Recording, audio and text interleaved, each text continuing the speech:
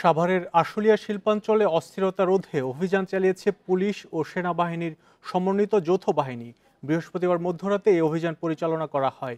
Police জানিয়েছে, ঝুট ব্যবসা ও প্রভাব বিস্তার সহ নাশকতার উদ্দেশ্যে পরিকল্পিতভাবে শ্রমিকদের উস্কানি দেয় বহিরাগতরা। কারখানা শ্রমিকদের ব্যবহার করে শিল্পাঞ্চলে অস্থিতিশীল পরিস্থিতি তৈরি করার ঘটনায় জড়িতদের আটকে সরকারি নির্দেশনায় অভিযানে নামে যৌথ বাহিনী।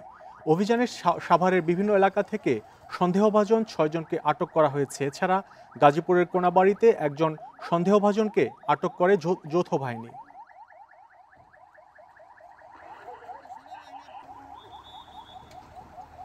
এই জুট ব্যবসা তারা নিয়ন্ত্রণ করতে পারে, এর জন্য মানুষকে মোটা অঙ্কের টাকা দিয়ে বহিরাগত লোকজন দিয়ে এই অরাজকতা সৃষ্টি করছে। এটা একটা উদ্দেশ্য তাদের গ্রেপ্তার করা। আর দ্বিতীয়, তারা বিগত যে সরকার ছিল সেই সরকারের আমলে তারা জুট ব্যবসা নিয়ন্ত্রণ করত এবং তাদের দলীয় লোক ছিল।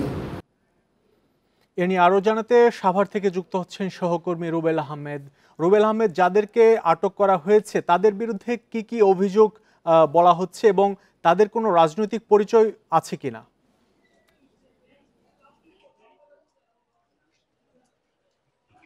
দেখুন, গতকাল মধ্যরাত থেকে যে যৌথ বাহিনীর যে অভিযান ছিল সেই অভিযান থেকে পুলিশের কাছ থেকে আমরা যে তথ্যটি পেয়েছি তারা আমাদেরকে জানিয়েছেন যে তারা ৬ জনকে তারা আটক করেছেন এবং তাদের বিরুদ্ধে কি অভিযোগ রয়েছে এই বিষয়টিও জানার আমরা চেষ্টা করেছি। পুলিশ আমাদেরকে যে বিষয়টি জানিয়েছেন যে যৌথ বাহিনীর অভিযান থেকে যে ৬ জনকে আটক করা হয়েছে তাদের বিরুদ্ধে মূল অভিযোগগুলো রয়েছে। তারা হচ্ছে এই পোশাক খাতকে অস্থিতিশীল করার একটি চেষ্টা চালিয়ে যাচ্ছিলেন। মূলত হচ্ছে যে জুট ব্যবসার নিয়ন্ত্রণ নেওয়ার জন্য আগে যেভাবে তারা জুট ব্যবসা চালিয়ে যাচ্ছিলেন সেই জুট ব্যবসাটি বর্তমানেও তাদের কবজায় নেওয়ার জন্য তারা এমনটি করে যাচ্ছিলেন বলে পুলিশের পক্ষ থেকে আমাদেরকে জানানো হয়েছে। এবং রাজনৈতিক পরিচয় সম্পর্কে আমরা জানতে চেয়েছিলাম, পুলিশ আমাদেরকে জানিয়েছেন তারা যে ৬ জন রয়েছে এর মধ্যে ২ জন হচ্ছে সরাসরি জুট ব্যবসার সাথে সম্পৃক্ত এবং বাকি যে ৪ জন রয়েছে তারা হচ্ছে এই জুট ব্যবসায়ীদের কাছ থেকে টাকা নিয়ে তারা এই বিশৃঙ্খলার সাথে সম্পৃক্ত রয়েছিল।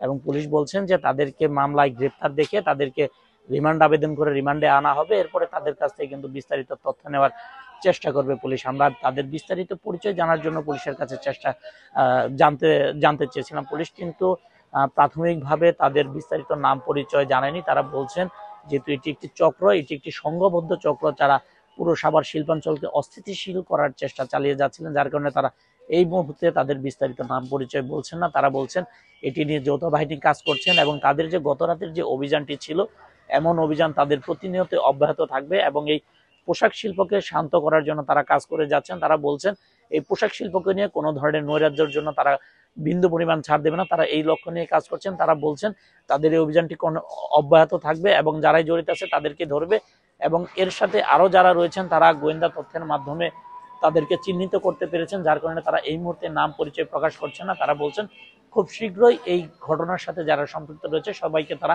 আইনের আওতায় আনতে সক্ষম হবে।